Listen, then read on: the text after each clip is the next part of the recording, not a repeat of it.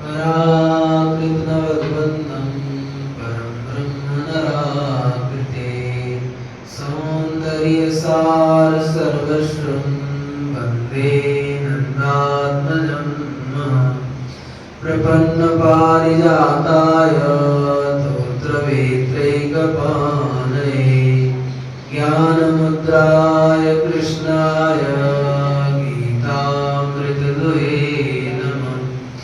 वसुदेवसुतं देवं कंसचाणूरमर्दनं देवकी परमानन्दं कृष्णं वन्दे जगद्गुरुं। वंशीविभूषितकरान्नवनीरदावान् पीताम्बराधरुणबिम्बफलाधरोष्ठात् पूर्णेन्दुसुन्दरमुखादरविन्दनेत्रात् कृष्णात् परं किमपि तत्त्वमहं न जाने। नवजलधरवर्णं चम्पकोद्भासिकर्णं विकसितनलिनास्यं विस्फुरन्मन्दहास्यं कनकरुचिदुकूलं चारुवरावचूलं निखिलसारं नौमि गोपीकुमारं वन्दे मुकुन्दमरविन्दजलायदाक्षं कुन्देन्दुशङ्खदर्शनं शिशुगोपवेशम् इन्द्रादिदेवगणवन्दितपादपीठं वृन्दावनालयं वसुदेवसुतं नेयं सदा परिभवाग्नमभीष्टदोहं तीर्थास्पदं शिवविरिञ्चिनुतं शरण्यं हृद्याद्यं प्रणतपालभवाब्धिपोतं वन्दे महापुरुषते चरणारविन्दं। प्रह्लाद नारद पराशर पुण्डरीक व्यासाम्बरीश शुकशौनक भीष्मदाभ्यां नृकुमाङ्गदार्जुन वसिष्ठ विभीषणादि एतान् परमभागवतान् नमामि। वाञ्छाकल्पतरुभ्यश्च कृपासिन्धुभ्यैव च पतितानां पावनेभ्यो श्रीवैष्णवेभ्यो नमो नमः। भक्ति भगवंत गुरु चतुर्नाम बबुए इनके पदवंदन किए नाशे विघ्नने।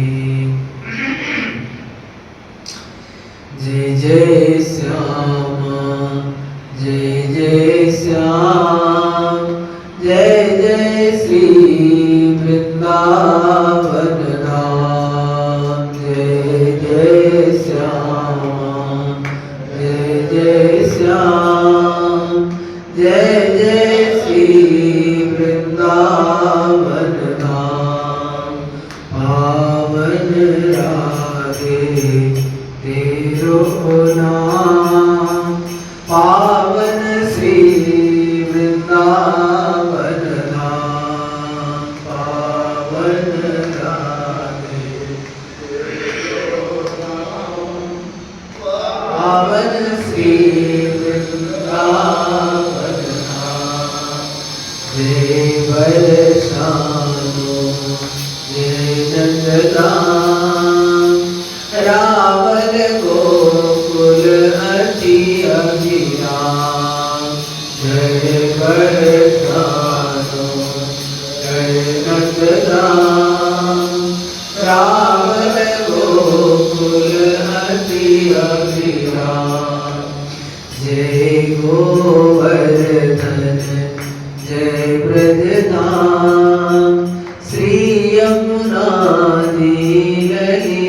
ललाम।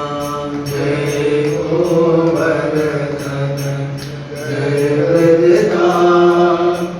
श्री यमुना ललित ललाम। यह जोड़ी अभिचल अभिराम। हृदय विराजो आठों याम। यह जोड़ी अभिचल अभिराम। हृदय विराजो आठों याम। मेरी श्यामा मेरो श्याम मेरो श्री वृंदावन धाम। मेरी श्यामा मेरो श्याम मेरो श्री वृंदावन धाम। प्यारी श्यामा प्यारो श्याम प्यारो श्री वृंदावन धाम। प्यारी श्यामा प्यारो श्याम प्यारो श्री वृंदावन धाम।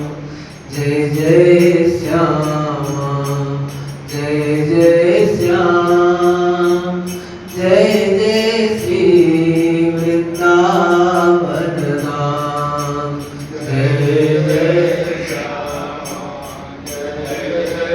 श्याम जय जय श्री वृंदावन धाम। श्री वृंदावन बिहारी लाल की जय। श्री राधा रानी की जय। श्री यमुने रस रानी की जय। श्री ललित लाडली गोपाल लाल की जय। अनंत कोटि सर्वसंत महात्माओं की जय। जय जय श्री राधे श्याम। भक्तवांछा कल्पतरु भक्तवत्सल शरणागत वत्सल अहेतु करुणा वरुणालय हमारे ललित लाडली गोपाल लाल जी की अहेतु कृपा करुणा से हम लोग भक्तमाल की चर्चा कर रहे हैं। जो संत ईश्वर भक्त जीवन मुक्त पहले हो गए उनकी कथाएं गा सदा मन शुद्ध करने के लिए। तो हम लोग भक्तमाल की चर्चा कर रहे हैं। उसमें कल के प्रसंग में हम लोग भक्त पुत्र रत्नावती जी का चरित्र श्रवण किए और आज श्री करमेती बाई जी का चरित्र है। तो गोस्वामी नागा गोस्वामी जी का 56 में जो वर्णन किए हैं करमेती बाई जी का चरित्र, उस 56 चरित्र का पहले हम लोग पाठ कर लेते हैं और उसी अनुसार उनका जीवन चरित्र का वर्णन करेंगे। तो गोस्वामी जी महाराज लिख रहे हैं जो कठिन काल कल युग में करमेती निकलंक रही।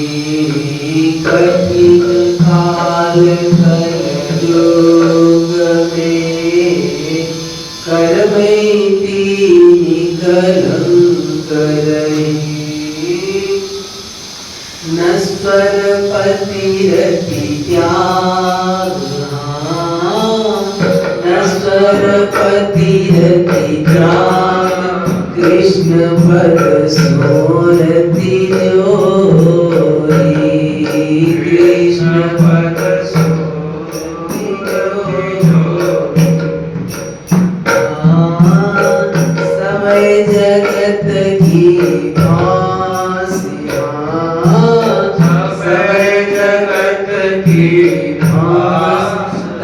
की दिन काजो तोरी। तरक दिन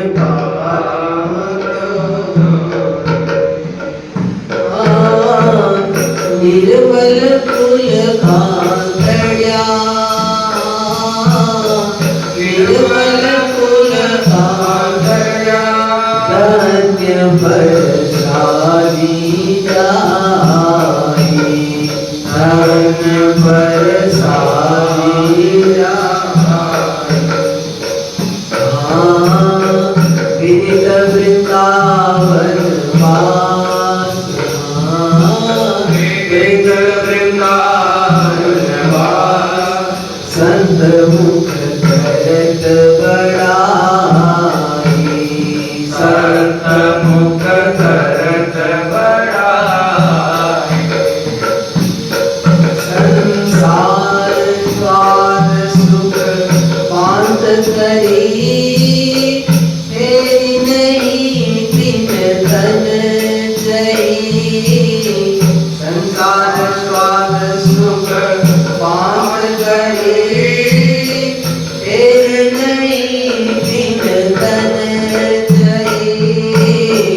कठिन काल कल युग में कर में दीनी कलंक रही। कठिन काल कल युग में कर में दीनी कलंक रही। इस प्रकार कह रहे हैं जो कठिन काल कलयुग में दोषों का बाहुल्य है।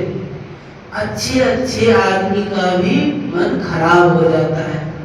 कलयुग का जब प्रादुर्भाव हुआ जब कलयुग आए तो उसी समय आप लोग कथा में सुने होंगे परीक्षित जी महाराज कितने धर्मात्मा थे। उनके द्वारा भी अपराध हो गया। भले ही वो भगवत इच्छा से हुआ लेकिन उनका भी मन उनके द्वारा भी संतों का अपराध बन गया। कलयुग में उल्टा ही कली केवल मल मूल मलिना पाप पयोनिधि जन मन मीना। अरे कलयुग में लोगों का मन मछली के तरह हो गया है। जैसे मछली को पानी में से निकालने की बात सुन ले मछली तो तड़फड़ाने लगती है ना। ऐसे आजकल लोगों कहिए जो झूठ मत करो पाप मत करो अन्याय मत करो तो आदमी जो है अरे नहीं महाराज झूठ बोले बिना काम कैसे चलेगा एकदम विकल हो जाए। तो ऐसे कलयुग में बहुत झूठ कपट बेईमानी अत्याचार अन्याय का बहुत बाहुल्य है। ऐसे कठिन कलिकाल में भी करमेती बाई निष्कलंक करें अपने धर्म को निभाए और क्या की करे नश्वर पति रति त्याग। जैसे कलयुग में देखा जाए तो पहले जैसे शराब पीना है बीड़ी सिगरेट पीना है इसको लोग गलत काम समझते थे। कभी भी कोई पीते थे तो छिप करके पीते थे। आजकल जो है ये बड़े आदमी का लक्षण माना जाते हैं। हम बड़े पैसा वाले हैं तो इतने महंगा सिगरेट पीते हैं इतने बड़े लोग बहुत महंगा वाले शराब पीते हम बड़े आदमी हैं शान से उसको पीते। तो जिस चीज को गलत समझते उसको शान मान। ये कलयुग का प्रभाव। जितने जितने छोटे कपड़ा स्त्रियां पहने तो उसको कहते जो बड़े आदमी उसको विशेष मान आधुनिक युग के लोग हैं। तो कलयुग में सब धर्म जो है विपरीत ही सुझाई देता है। ऐसे कलयुग में भी करमेती बाई अपने धर्म को निर्वाह की और कहे नश्वर पति रति त्याग कृष्ण पद सो प्रति जोरी। नश्वर पति क्या संसार का ये देह का जो पति है इसके प्रति जो प्रेम था उसको त्याग करके और सच्चा पति आत्मा के प्रति जो परमात्मा है वो भगवान श्री कृष्ण के साथ उन्होंने प्रीति की और कहे सवय जगत की भांति संसार के जितने संबंध थे उसको तोड़ करके उसको तिनका के समान तोड़ दिया। ऐसे ही गोस्वामी रूप सनातन जी के बारे में भी ऐसे ही आता है संसार स्वाद सुख बांत जो तुम रूप सनातन त्याग दियो। ऐसे ही आता है। तो बांत दियो क्या होता है उल्टी के समान। आप उल्टी को देखते ही घृणा आता है, किसी को उल्टी करते हुए देख लेंगे तो आपको भी उल्टी आने लगे, इतना मन को क्या दिखा गया। तो इस प्रकार से संसार के सुख को त्याग दिए। आप कह रहे हैं कि निर्मल कुल कांथरिया धन्य प्रसाद ही जाई। वो कुल पवित्र है, निर्मल कुल कांथरिया। और वो परशुराम देव जी उनके पिता का नाम था, करमेती बाई जी के पिता का नाम परशुराम पंडित था। तो कहे वो धन्य है।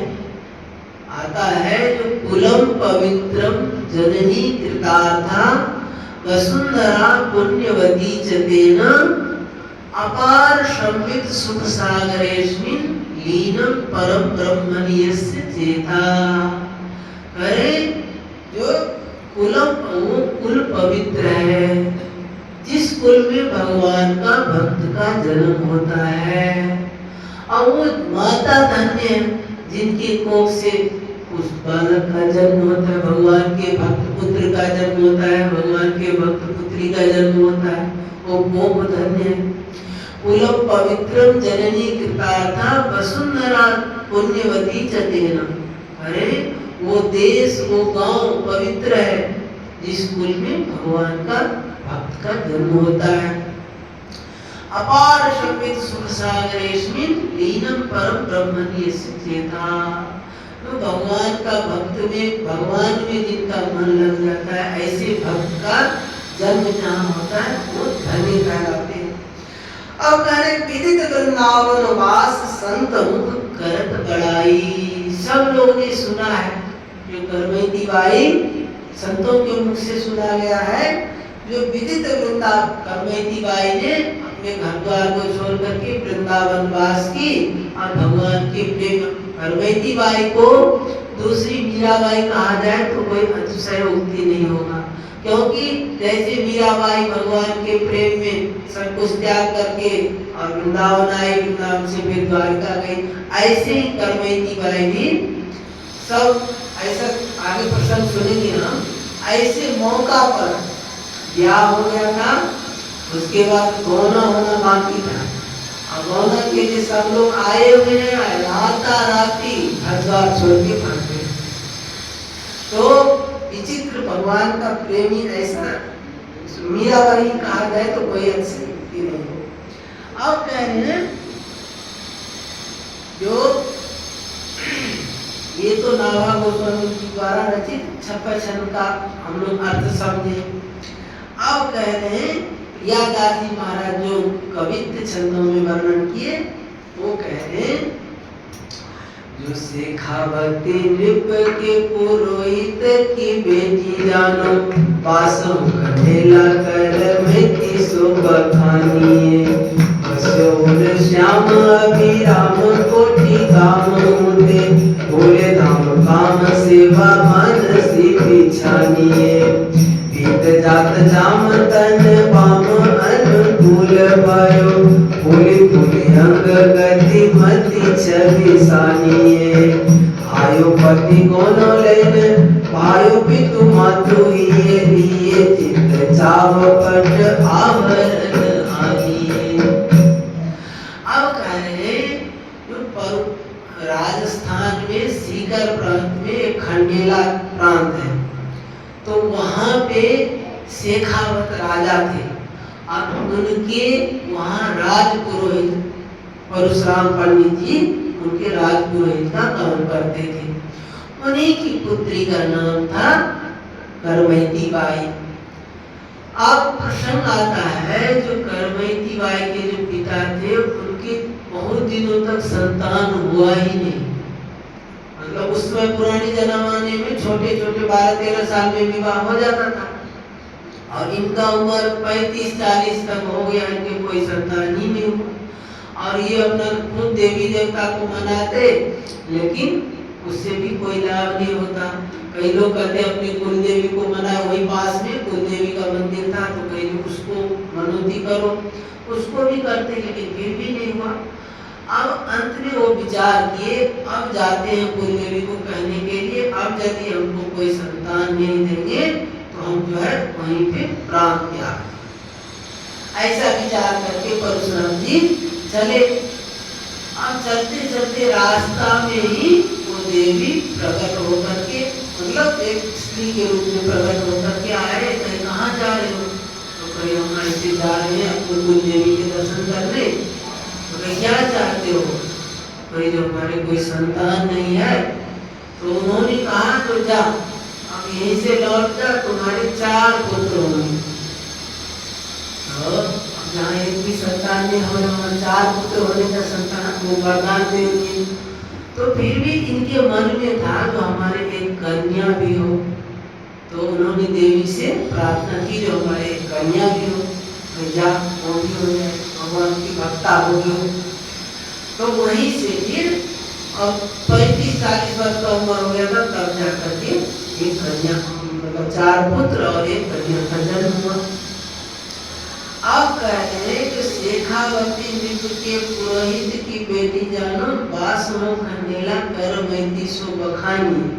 अब बस्यो और श्याम और पंडित जी जो थे वो राज पुरोहित तो थे ही, और भागवत की कथा भी करते थे।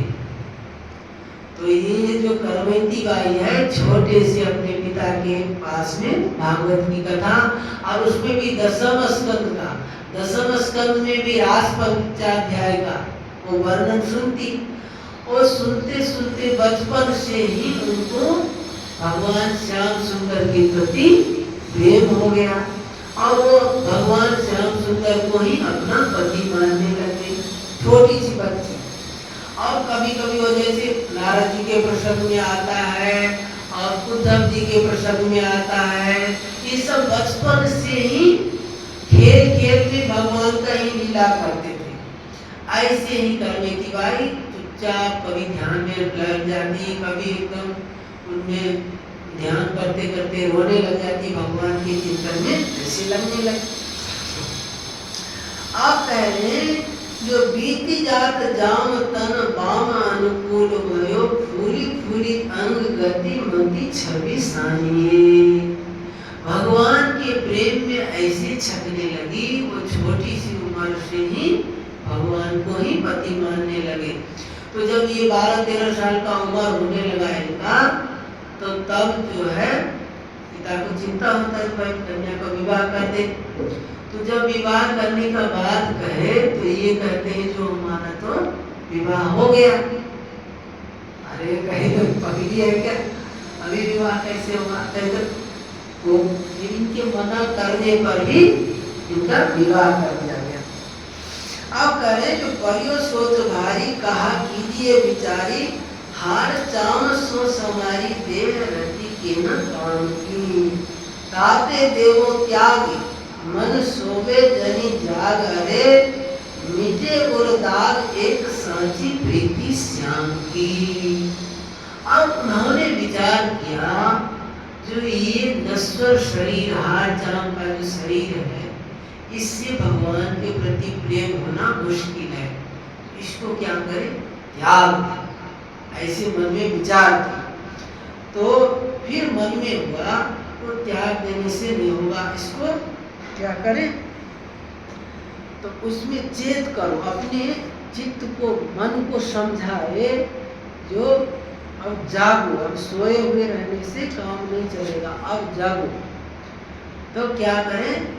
तो कह रहे हैं जो लाज कौन काज जो पे, चाहे ब्रजराज सुत, बड़ो या काज जो पे करे सुधि धाम की। तो इनका जब विवाह उस समय हो गया था, तो उसके बाद इनका गौना करने के लिए इनके पति आए।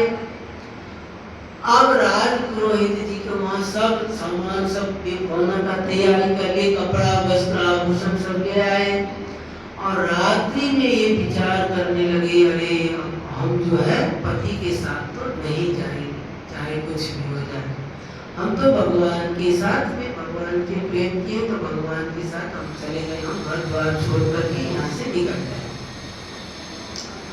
और रात में विचार करके, और ये तो सचमुच आधी रात में उठ करके वहां से निकल गई।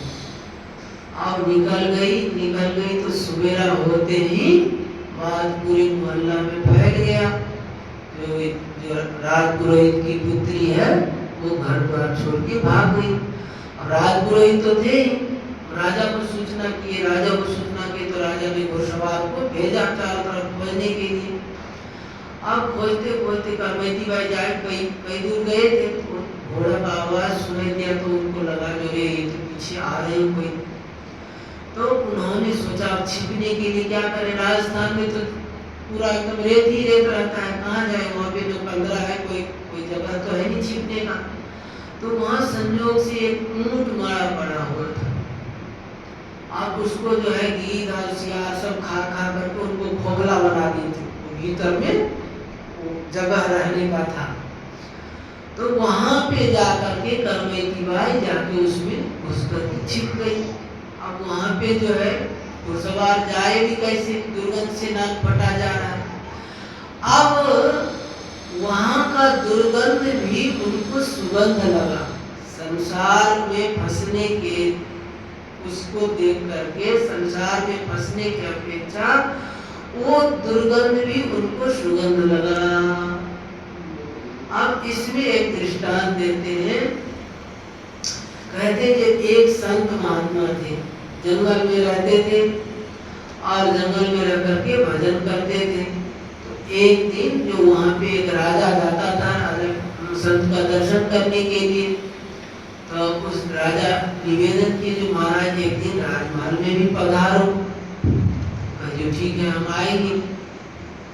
तो राजा जिस दिन वो संत भगवान जाने वाले थे तो उस दिन राजा ने खूब तैयारी की, खूब साज बाज लगा करके, खूब उत्तर फूलेर का सुगंधी फैला करके राजमहल को सजा के रखे थे। आज जब संत भगवान पधारे तो उन्होंने बड़ा कुंवरों से बड़ा थाली लेकर के आरती करके इत्र फूलेर सब ले करके स्वागत करने गए, आरती उतारने के लिए गए।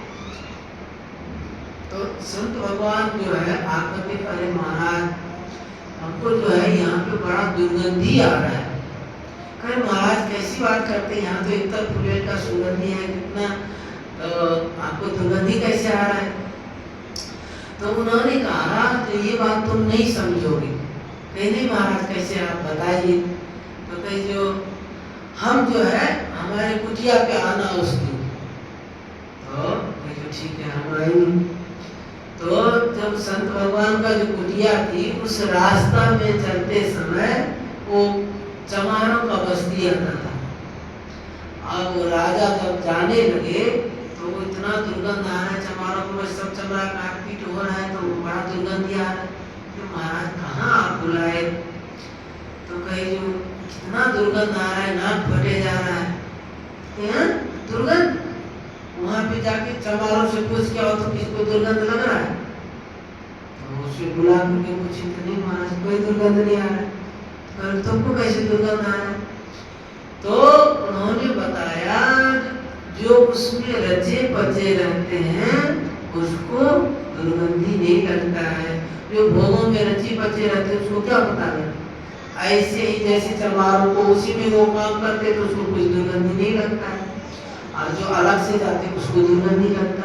ऐसे ही तो कहने का तात्पर्य जो करमैती बाई को संसार के भोगों को में जो दुर्गंधी होता था उससे बचने के लिए वो ऊंट का कंकाल में रहना भी उनको सुगंधी प्रतीत हुआ।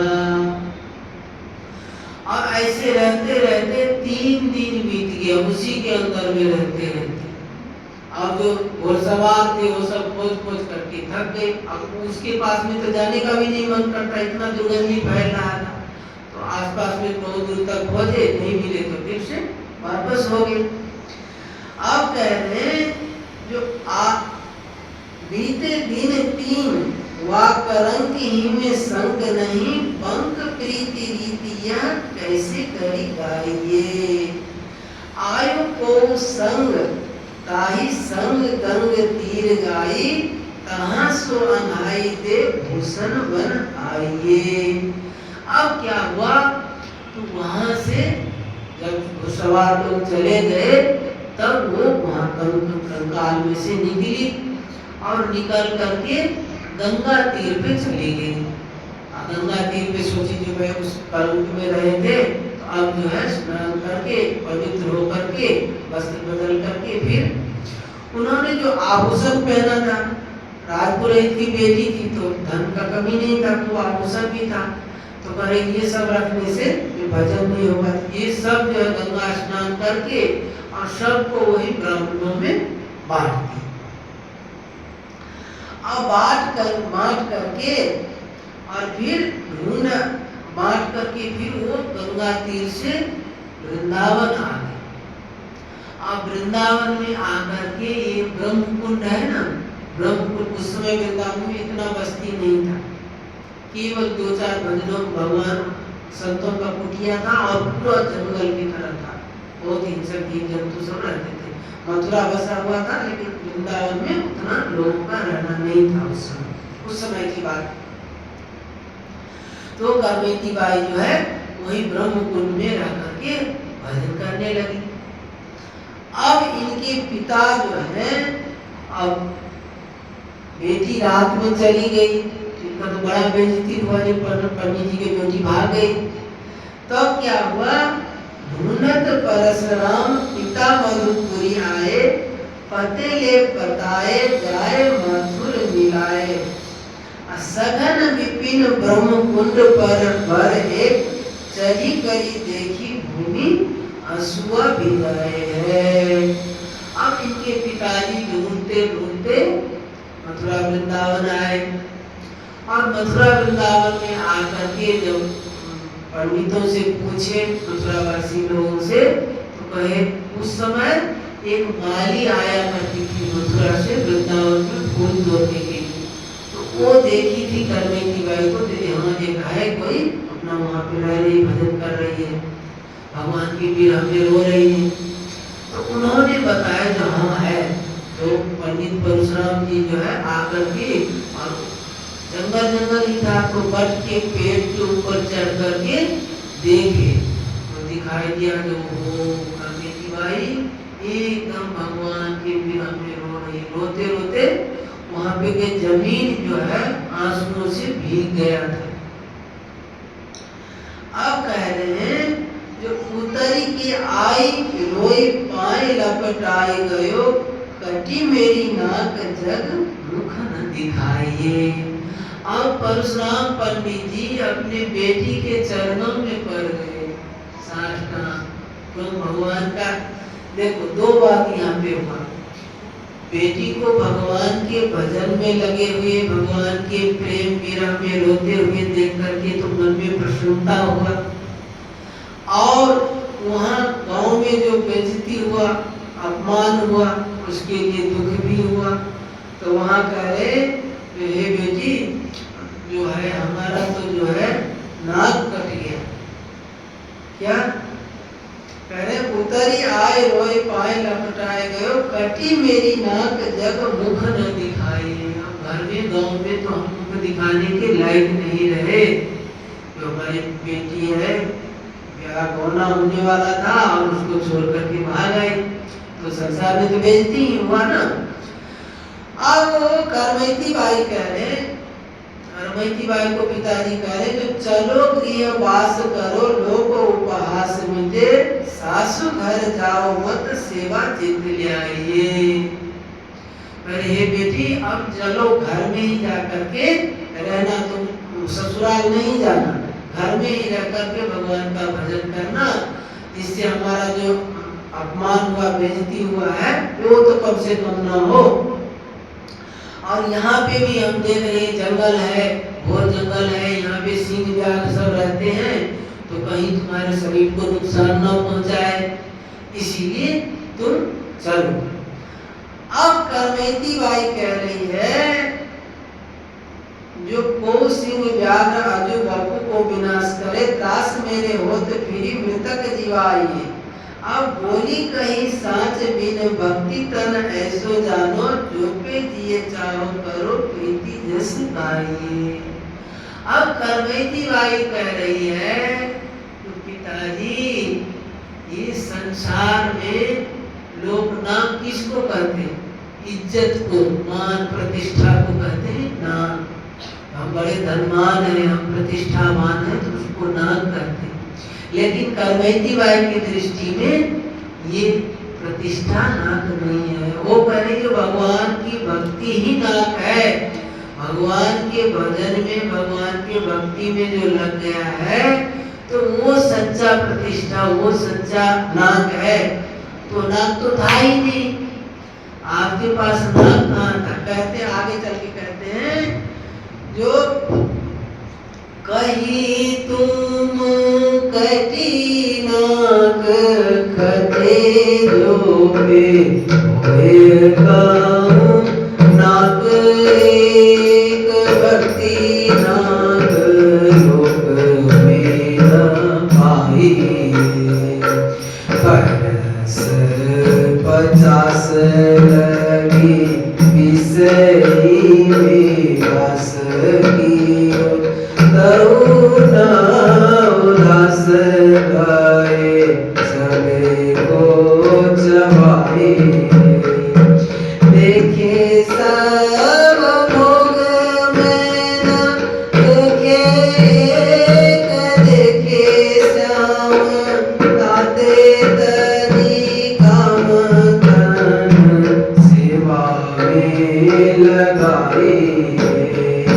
रात जो प्रात होत ऐसे तम जात भयो दयोले स्वरूप प्रभु गयो ही आई। तो कहे जो कही तुम कटी ना, अब कह रहे जो बरस 50 लगे। अब उस समय परशुराम पंडित जी का उम्र 50 वर्ष का हो गया था। अरे हे पिताजी, आपको जो है 50 वर्ष हो गया आपको भागवत कथा करते हुए। हम थोड़े से समय में आपसे ही भागवत की कथा सुन करके भगवान के भक्ति में और प्रेम में लग गए, और आप 50 वर्ष से कथा करते करते ऐसे ही रह गए, भगवान के भक्ति में नहीं लगे। कह रहे जो बरस 50 लगी विषय ही में वास किए, वही भोगे हुए भोग को ही चबे को चबाइए, वैसे ही भोग वही भोग को पुनः पुनः बार बार वही भोग रहे, और फिर भी आपको वैराग्य नहीं हुआ। और हमने थोड़े समय में भगवान के कथा सुन करके भगवान के भक्ति में लग गए। तो कह रहे हैं जो तऊ न उदास भये चबे को चबाइए। 50 वर्ष हो गया लेकिन अभी तक आपको वैराग्य नहीं हुआ। तो कह रहे देखे सब भोग मैं न देखे एक देखे श्याम। आपने सभी भोगों को भोग लिया, देख लिया, फिर भी आपको वैराग्य नहीं, लेकिन हमने भोगों की तरफ देखा ही नहीं, हमने एक श्याम सुंदर को देखा। बचपन से ही भगवान की कथा सुन करके भगवान में ही लग गए। अब करे रात ते जो प्रात होत ऐसे तम जात भयो दयो ले स्वरूप प्रभु गयो ही आइए। तो उन्होंने करमैती बाई ने जमुना जी में करमैती बाई को एक भगवान श्याम सुंदर का प्रतिमा मिला था, तो वही स्वरूप जो है अपने पिताजी को दिए, ये दीजिए और घर में इनको पधरा करके इनकी सेवा करिए, इसी में मेरी प्रसन्नता है और मैं यहाँ से नहीं जाऊंगा, मैं तो यही वृंदावन में रहूंगा। अब करे आए निसी घर हरि सेवा पधराए चाहे, मन को लगाए वही टहल सुहाइए। कहूँ जात आवत न भावत मिलाप कहूँ, आपन को पूछे द्विज कहाँ सुधी आई है। बोलियो को जन धाम श्याम संग पागे सुनी, अति अनुरागे बेगी खबर मंगाई है। कहो तुम जाए इस यहाँ ही आशीष करो, कहीं भूप आयो ये चाह उपजाई है।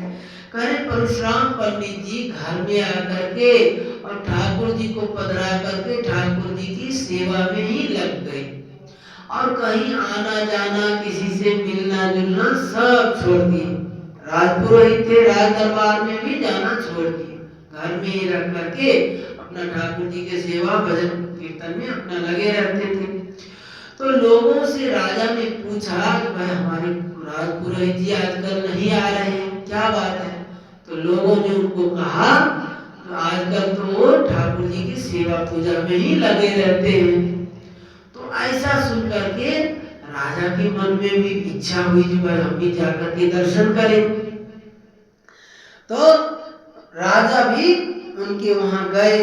कहो तुम जाए इस यहाँ ही आशीष करो, कहीं भूप आयो ये चाह उपजाई है। अब करे देखी नृप प्रीति रीति, पूछी सब बात कही, नैन अश्रुपात वही रंगी श्याम रंग है। जब राजा ने आके दर्शन किया राजपुरोहित जी का, तो राजपुरोहित जी भी भगवान के प्रेम के रंग में रंग गए थे। सेवा पूजा करते हुए वैसे ही जैसे करमैती बाई भगवान के विरह में रोती थी, ऐसे ही उनके पिताजी भी भगवान के प्रेम में छके हुए थे। तो जब राजा ने उनका दर्शन किया तो उनको बड़ा अच्छा लगा। कहे जो बरजत आयो भूप जाए के निवाय जाऊं, पाऊं जो पे भाग मेरे बड़ी चाह अंग है। उन्होंने राजा ने कहा, जब राजा करमैती बाई का बात पूछे तो परशुराम पंडित जी ने सब बताया जो ऐसे ऐसे वो वृंदावन में रहती है। तो राजा ने कहा तो हम जाकर के मना के लाएंगे उनको। तो राजा गए, राजा आए और जब वृंदावन में करमैती बाई सब लोगों से मथुरा से पूछ करके भी वृंदावन आए। वृंदावन आने के बाद जब करमैती बाई का दर्शन किए तो राजा भी चकित रह गया। वो भगवान के प्रेम में एकदम छकी हुए, रात दिन का होश नहीं है उनको। तब कह रहे जो कालिंदी के तीर ठारी, नीर दृग भूप लखी, रूप कछु औरे कहा कहे हुए उमंग है। यमुना जी के किनारे में और प्रेम विरह में, भगवान के विरह में रोते हुए राजा ने दर्शन किया। उन्होंने भी उनको मना करके ले जाने के लिए आग्रह किया, लेकिन करमैती बाई ने उनको भी मना कर दिया कि हम नहीं जाएंगे, हम तो यहीं पे भजन करेंगे। तो राजा ने उनको कहा कोई सेवा हमको बताइए, तो सेवा कुछ नहीं बताए। तो जबरदस्ती उनके मना करने पर भी राजा ने एक कुटिया वहां पे बना दी। अब कुटिया बनाने के बाद कियो मने लाख बेर ऐपे अभिलाख, राजा कीने कुटी आए देश भिंजे सो प्रसन्न है। करे करमैती बाई के लाख मना करने पर भी राजा ने वहां पे कुटिया बना दी और फिर वही प्रेम रंग में छके हुए राजा अपने राज्य में आए। अब कह रहे इस प्रकार से श्री करमैती बाई जी का चरित्र वर्णन हुआ। अब सुबह का प्रसंग हम थोड़ा सा चर्चा कर लेते हैं। सुबह प्रातः समय महाराज जी बता रहे थे जो एक आप अपनी बुद्धि से जितना विचार करके ठीक समझ रहे हैं उसी अनुसार लग जाए, नहीं अपना बुद्धि काम नहीं कर रहा है तो फिर किसी के कहे अनुसार, किसी के आज्ञा के अनुसार साधन में लग जाए।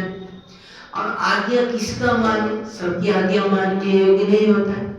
तो आज्ञा किसका माने, तो उसमें कह रहे जो जिसके पास जाने से आपको स्वतः स्वाभाविक शांति मिले, बिना पूछे आपके प्रश्नों का समाधान हो जाए, तो वहां पे उसको संत महापुरुष मान लेना चाहिए और उसकी आज्ञा के अनुसार अपना जीवन बनाए, तो आपको स्वतः स्वाभाविक कल्याण हो जाएगा।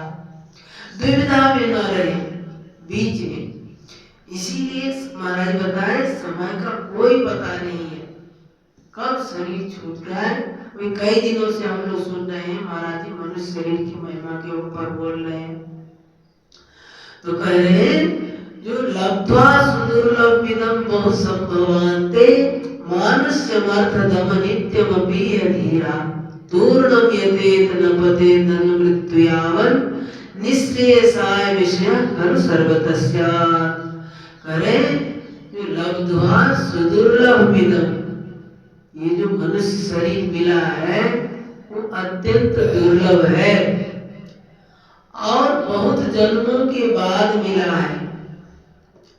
मनुष्य मर्थदम नित्यमपि धीरा, ये मनुष्य शरीर यूं ही कमाने के लिए नहीं मिला है, ये अर्थ देने वाला है, इसमें आप अपना कल्याण कर सकते हैं।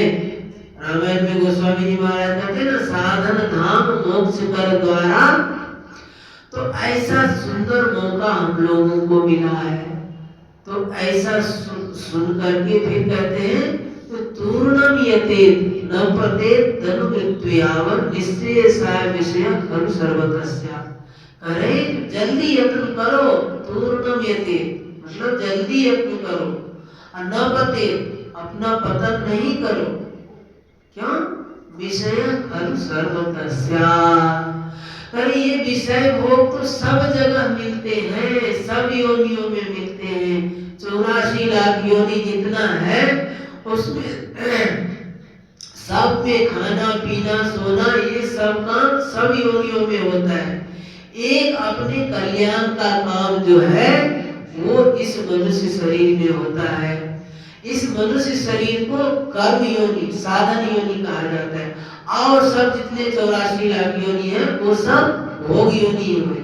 भोग योनि क्या होता है? जो किए हुए कर्मों का फल जहाँ पे भोगा जाता है तो वो भोग योनि हुआ। और मनुष्य शरीर में नए कर्म किए जाते हैं, इसीलिए इसको कर्म योनि मतलब साधन योनि कहा गया। तो कहते हैं जो एक मनुष्य शरीर में किए हुए कर्मों का फल 84 लाख योनि में भोगा जाता है, और भोगते भोगते भी पूरा नहीं होता है। तब भगवान कृपा करके मनुष्य शरीर देते हैं कि कबहु की करी करुणा नर देहि देत ईश बिनु हेत सदेहि।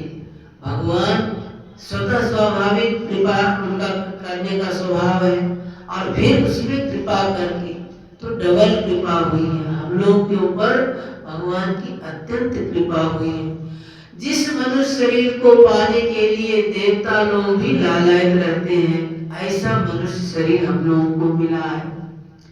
और उसको प्राप्त करके भी जो अपना कल्याण नहीं करता है तो उसके लिए कहा जाता है जो न तरई भवसागर नर समाज अस्पार सो कृत निंदक गंधमती आत्मा गति जाय।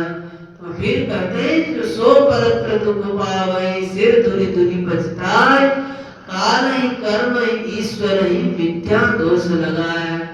जो ऐसा संयोग को पा करके ऐसा मौका को पा करके उससे लाभ नहीं उठाता है, अपना कल्याण के लिए नहीं करता है, तो वो फिर बाद में पछताने के सिवा दूसरे को दोष देने से फिर कुछ हाथ में नहीं आता। महाराज जी कहते हैं जो ऐसा निष्कंठ का पंथा यंत्र संपूज्यते हरि। अरे ये मार्ग जो है निष्कंटक मार्ग है। इस मार्ग में कहते धावन निमिल्यमाने थी न पतेत न स्खलित न पतेत यह। कहते इस मार्ग में आंख मीच करके आंख बंद करके दौड़ो, न इसमें गिरने का डर है न फिसलने का डर है। क्या है? भक्ति। भगवान की भक्ति मार्ग ऐसा है जो इसमें भक्ति कठिन करूरी जान या में नफा घना है नहीं हान। इसमें लाभ ही लाभ है। करें जो थोड़ा भी स्वल्पमप्यस्य धर्मस्य त्रायते महतो भयान, थोड़ा भी भगवान के लिए जो यज्ञ किया जाता है वो अक्षय हो जाता है, वो कभी नष्ट नहीं होता है।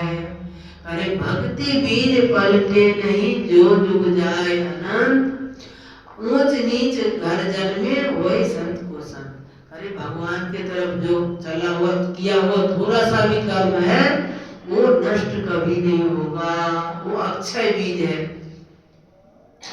तो कहने का तात्पर्य ऐसा सुंदर मौका मिला है हम लोगों को, तो सच्चे हृदय से भगवान में लग जाए और समय का सदुपयोग करें, समय का दुरुपयोग न करें। समय का जो भगवान के भजन में जो समय गया वही सार्थक है। कहते हैं कि जो दिन जाए भजन के लेखे सो दिन आसी गिनती में। जो समय हमारा भगवान के भजन में लग गया, सत्संग भजन कीर्तन में लग गया, वो समय सार्थक हुआ, नहीं तो सब निरर्थक है। तो कहते हैं यावत् स्वस्थमिदं कलेवर्गिहे यावच्च दूरे जरा यावच्च इंद्रिय शक्तिरप्रतिहता यावच्च आत्मश्रेयसितावदेव विदुषा कार्य प्रयत्नो महान प्रोदीप्ते भवने विकूप खननम प्रत्युद्यम कीदृशा। करे जब तक शरीर स्वस्थ है, वृद्धावस्था दूर है और इंद्रियों में शक्ति है, आयु का नाश नहीं हुआ है, तब तक अपने कल्याणकामी पुरुष को चाहिए कि अपने कल्याण के लिए यत्न कर ले। नहीं तो जब घर में आग लग जाए और तब सोचेंगे जो कुआं खोदे और उससे जल निकलेगा और फिर आग बुझाएंगे, तो ये जैसे संभव नहीं है, ऐसे ही जब मृत्यु का समय नजदीक आ जाएगा तब सोचने से कुछ हाथ नहीं आएगा। इसीलिए गई सो गई अब राख रही को। जो समय व्यतीत हो गया उसको वो तो पुनः आ नहीं सकता, जो बीत गया सो बीत गया। अब रही गई सो गई अब राख रही को। जो समय बचा हुआ है उसका सदुपयोग करें हम लोग, उसको सावधान हो जाए, एक एक क्षण को एक एक समय को भगवान के भजन में लगाएं। महाराज जी कल परसों दृष्टांत दे रहे थे, एक कुआं में से पाते हम लोग, तो एक रस्सी में बाल्टी लगा रहता है और उसमें से पानी निकालते, और रस्सी यदि एक मुट्ठी भी हाथ में रहा तो पानी निकल के आ जाएगा खींचते खींचते, और यदि वो हाथ मुट्ठी में से रस्सी छूट गई तो फिर ठेठ नीचे जाके पहुंच जाएगा। तो ऐसे ही जब तक अभी शरीर स्वस्थ है और श्वास बचा हुआ है तब तक अपने कल्याण के लिए हम लोगों से पूछा गया है, तो हम लोग क्या कहेंगे? हम लोग कहेंगे तो भगवान की प्राप्ति, हम लोग भगवान की प्राप्ति चाहते हैं, कहेंगे ना। जो भी इस बात में लगे हुए हैं उनसे पूछेंगे भाई क्या चाहते हो, तो भगवान की प्राप्ति चाहते हैं। लेकिन पूछा जाए जो हमारा समय कहाँ लग रहा है, विचार करके देखे, जो हमारा 24 घंटा का समय है वो कहाँ लग रहा है। हम भगवान जो अपने महाराज बताते ना, जो जिसको चाहता है उसको समय देता है, तो हम भगवान को चाहते हैं तो भगवान को कितना समय देते हैं। महाराज जी तो बताते हैं तो कम से कम भगवान ने 24 घंटा का समय दिया है, तो कम से कम 24 मिनट ईमानदारी पूर्वक भगवान को दो, हे प्रभु आपने कृपा करके ऐसा मनुष्य शरीर का मौका दिया है, तो कम से कम इतना देर उनको याद करें। उतना देर भी हम लोग ईमानदारी पूर्वक नहीं देते हैं और हम लोग भगवान के भक्त कहलाते हैं। कोई पूछा जाए तो सब कहेंगे हम भगवान की प्राप्ति चाहते हैं। तो कैसा चाहते हैं हम लोग की चाहना कैसे है? ऐसे आटे में नमक के बराबर।